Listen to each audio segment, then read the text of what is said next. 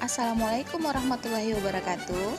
Halo teman-teman semua, perkenalkan saya CGP Angkatan Kedua dari Kabupaten Gorontalo, Ferawati Novia Gubali. Saya perkenalkan pula fasilitator yang mendampingi saya selama ini, Bapak Dr. Nana Suryana. Selain fasilitator yang mendampingi saya, ada juga pengajar praktik Ibu Sriyanti Mako, MPD.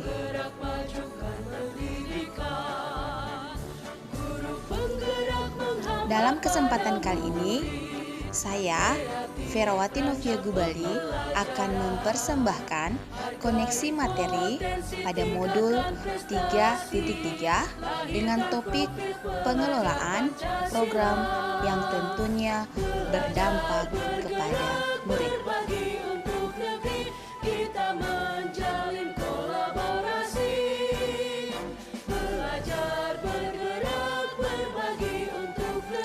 Untuk penyusunan program, kita harus melihat beberapa hal yang penting. Yang pertama, harus melalui tahapan bagja, dari membuat pertanyaan, ambil pelajaran, menggali mimpi, jabarkan rencana, dan terakhir adalah mengatur eksekusi. Setelah tahapan bagja, perlu analisis resiko untuk meminimalisir resiko atau kerugian yang bisa saja terjadi dalam pelaksanaan program. Analisis resiko seperti strategis, operasional, keuangan, kemudian pemenuhan, dan tentunya di dalamnya juga termasuk analisis resiko reputasi. Hal ini bisa menjadi acuan kita dalam menyusun program yang tentunya berdampak kepada murid.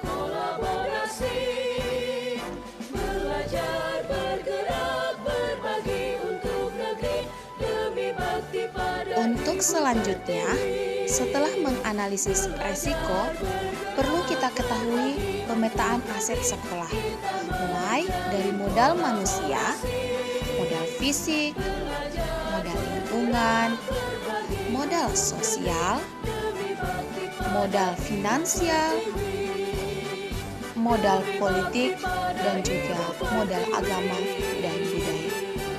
Untuk selanjutnya, mari memperhatikan monitoring, evaluasi, learning, dan reporting. Monitoring adalah proses menghimpun informasi dan analisis internal dari sebuah proyek atau program. Evaluasi, sebuah penilaian retrospektif secara periodik pada suatu proyek atau program yang telah selesai. Learning, di mana pembelajaran meliputi fact, feeling, finding, and future. Terakhir adalah reporting, yang merupakan alat untuk memberikan dan menginformasikan masukan untuk pengambilan keputusan.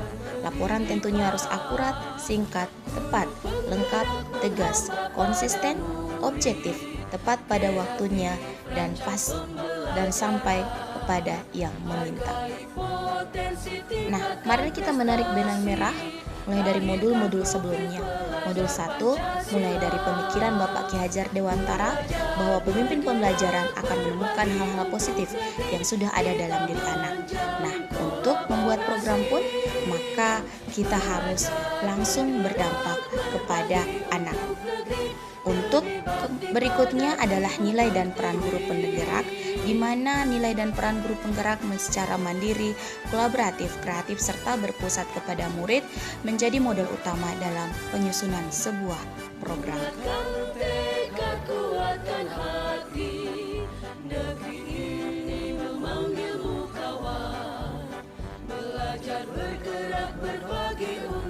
Di awal pun saya sudah menjelaskan tentang apa itu bagja. Itu menjadi salah satu acuan dalam penyusunan program. Ini merupakan langkah-langkah untuk menentukan hal-hal positif dalam berupa kekuatan atau kelebihan yang dimiliki oleh sebuah sekolah.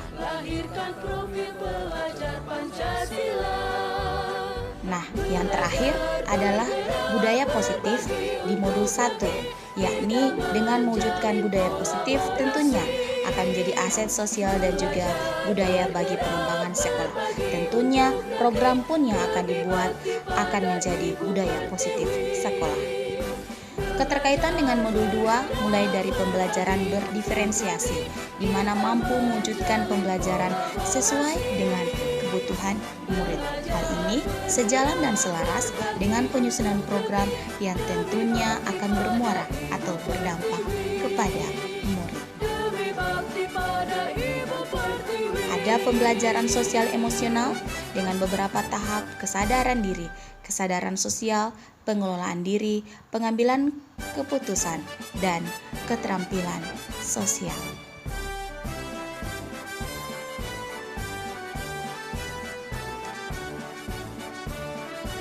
Masih dengan keterkaitan di modul 2, yakni pada bagian coaching, dengan praktek coaching di mana peran coach adalah menggali ide untuk memecahkan masalah yang dialami coach itu sendiri dan melatih coach untuk menemukan aset yang ada dalam dirinya sendiri. Hal ini bisa menjadi kekuatan untuk bisa menyusun program yang terus berdampak kepada murid. Nah, kita pindah ke keterkaitan modul 3.1. Pengelolaan sumber daya akan melakukan pengambilan keputusan yang baik yang sifatnya bujukan moral atau dilema etika. Pengambilan keputusan yang kita ambil tentulah akan berpedoman pada 9 langkah pengambilan keputusan. Untuk keterkaitannya dengan modul 3.2, di mana pengambilan keputusan untuk penyusunan sebuah program tentulah harus melihat aset yang dimiliki sekolah, mulai berupa aset modal manusia, lingkungan sosial, fisik, keuangan, politik, dan agama, serta budaya. Nah, tibalah kita pada kesimpulan kali ini, di mana sebelum mempelajari modul ini saya termasuk orang yang menyarankan program yang terkadang tanpa menganalisis aset, risiko, serta menggunakan tahapan bagja. Sekarang saya akan berusaha mensosialisasikan teknik penyusunan program seperti apa yang sudah saya pelajari. Hargai potensi, tingkatkan prestasi, lahirkan profil pelajar Pancasila. Demikianlah koneksi materi modul 3.3. Thanks for watching. Salam Guru Negara.